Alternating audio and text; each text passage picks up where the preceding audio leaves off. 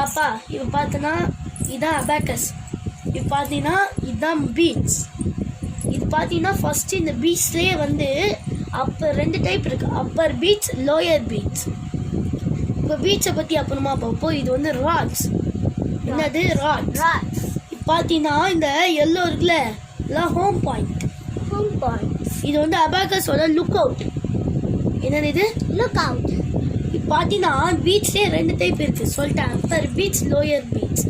பார்த்தீங்கன்னா அப்பர் பீட்ஸ் வந்து 5 ரூபாய் காயின் வச்சுக்கோங்க, இல்லை 5 ரூபாய் காயின் அந்த மாதிரி வச்சுக்கோங்க. ஓகே. அதுக்கப்புறம் நெக்ஸ்ட் பார்த்தீங்கன்னா இந்த கீழே லோயர் பீட்ஸ் இருக்குல்ல இல்லை ஈச் 1 ரூபான்னு வச்சுக்கோ, 4 ரூபாய்.